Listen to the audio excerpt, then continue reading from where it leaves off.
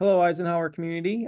Just wanted to create a video tied to our standard response protocol for safety procedures here at Eisenhower. The reason why I wanted to create this video is looking at our community survey results. You can see on the right side of the slides here, we scored below the district average in I know what to do if there's a safety emergency at my child's school. So this presentation we'll outline briefly the standard response protocol, what students' roles are in that protocol, and then ultimately what the parents' role is for each of the elements of the standard response protocol. So on the left is just a visual of the standard response protocol. I have anywhere from hold, secure, lockdown, evacuate, shelters. Holds are when we use maybe a medical emergency in the building. We would hold students within their classrooms to make sure we're providing safety and privacy to the individual in the medical emergency. A secure means something could be dangerous happening outside of the building or around the area. We didn't have any of secures last school year, but one instance that we've had in the past is potentially a burglary or a theft at Mayfair Mall, and the culprit leaves the scene and is roaming the neighborhood. And in that instance, Whitman, West, and Eisenhower have gone into secure. Lockdown, we would use in the event of a immediate threat within the building. And evacuate, we would use probably the most common is a fire drill. Could also be maybe a gas leak or something like that. Shelter is in the event most likely of a tornado in Wisconsin. We would use shelter. So I'm going to go through each of these. Like I said, the first one is hold. So this basically means we would clear the halls of all students. They would remain in their classrooms. They need to follow the directions of the adults in the building, and then they would continue their classwork. Everything would go on as normal, outside the fact that students would just remain in their classrooms for the extent of the hold. As a parent, you would receive communication. And then another part of your role is just to, after that communication and at home that night, follow up with your student, ask how it went, ask if they had any questions. And if any questions pop up that you do not know how to answer, feel free to reach out to me. Like I mentioned earlier, most likely we would use this in the event of a medical emergency. Communication most likely would be sent out after the fact, after we had provided the care needed for that individual in a medical emergency. I think of an example I've been through as a principal, not here at Eisenhower, but at a different building. A student dislocated their knee in the middle of the cafeteria. So we went into a hold until the paramedics arrived and were able to treat that individual.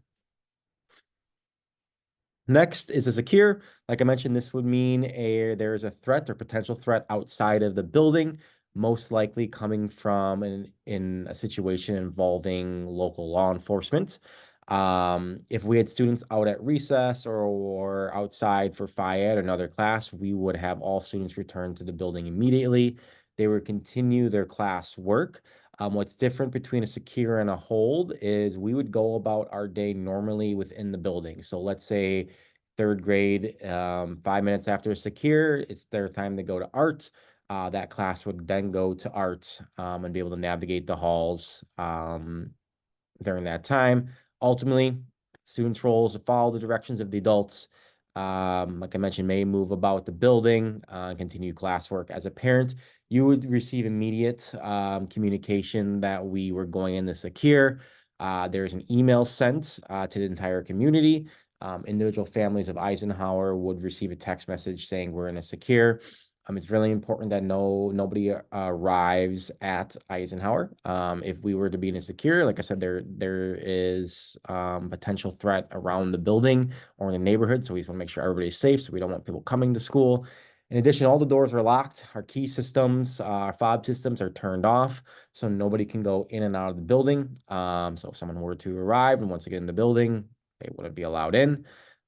Please note that in theory, this could alter our dismissal or arrival protocols, right? If there's a secure right at 3:15, we would obviously push back dismissal until it's safe. We would communicate this, and it's important for families to look at that communication and follow whatever directions are given in that communication. Similarly, if we were going to secure right at arrival, it could push back the start of the school day. But once again, it's really important that families follow that communication. So big things, follow the communication, and please do not arrive at school during secure. Next is a lockdown. A lockdown would be used if there's an immediate threat within the building. Um, Students, if we go into lockdown and they're in the halls, it's important to get to the nearest room, not necessarily a classroom. Maybe they're walking halls by the bathroom and the classroom's down the hall, but another classroom's right next across from the bathroom. They would hop in that room. Teachers are responsible for closing and locking the doors, turning off the lights. We practice students getting out of sight of the windows within Eisenhower. Ultimately, students and staff would not open the doors to anybody. In the event we go to lockdown and police were to arrive on the scene, they would enter the rooms.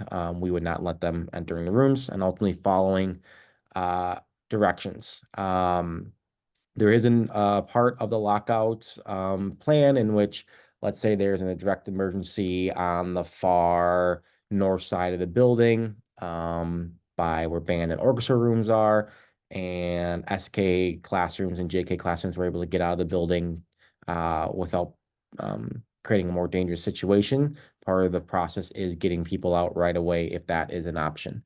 If not, it's hide, lock, and being out of sight. As a parent, you would receive communication immediately. Once again, it's really important that we do not have families arrive to school. This creates obviously more people in the area around a potential threat, also may interfere if we need police to respond, and also creates some confusion for everybody around. If more people are around, all the doors would be locked, everything like that, so no one would be allowed in. If we need to have a reunification, we would communicate a site. We would never communicate reunification site prior to an event. One, because we want to make sure the site is safe. Two, we want to make sure that the reunification is well thought out and organized. So we would communicate one of our locations that we have predetermined in the event that we need to use a reunification. But once again, that will all come through communication. The next potential standard response protocol is evacuates. I think the most common one, like I mentioned earlier, could be fire drill, a potential fire. Another one could be a gas leak, something like that. So students, really important to follow the adults. We would leave the building and walk to an evacuation site.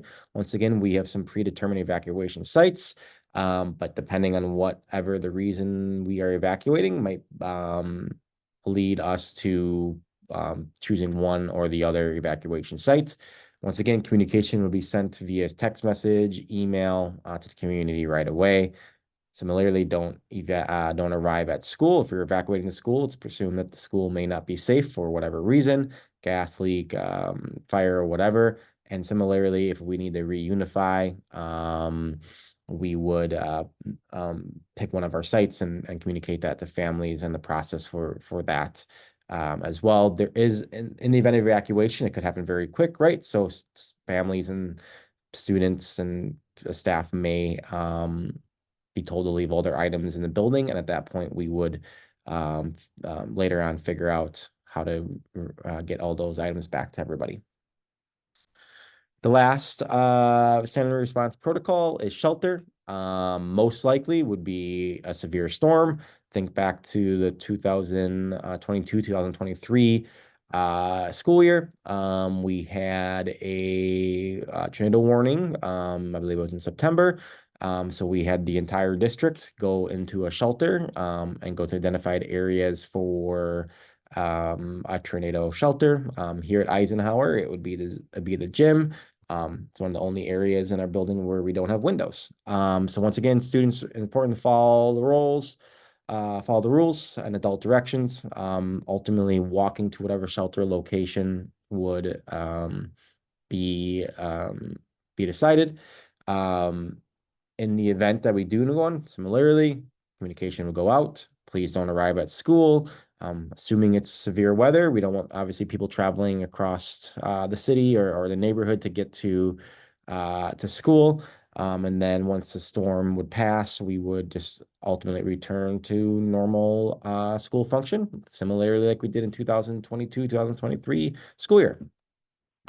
Here at Eisenhower, we practice all of these drills multiple times. We have monthly safety drills from, we do a couple lockdown drills. We have medical emergency practice drills, which also serve as holds. We do tornado. We do fire drills, obviously for evacuation. Um, it's important as parents also to revisit the standard response protocol with students after we do those drills. I'll send communication out the day we do those drills, just informing the community. If you have any questions, please feel free to reach out to me via phone call or email. I'll be happily to answer all of your questions. Look forward to starting school in a few weeks. Enjoy the rest of your summer. Soar Eagles.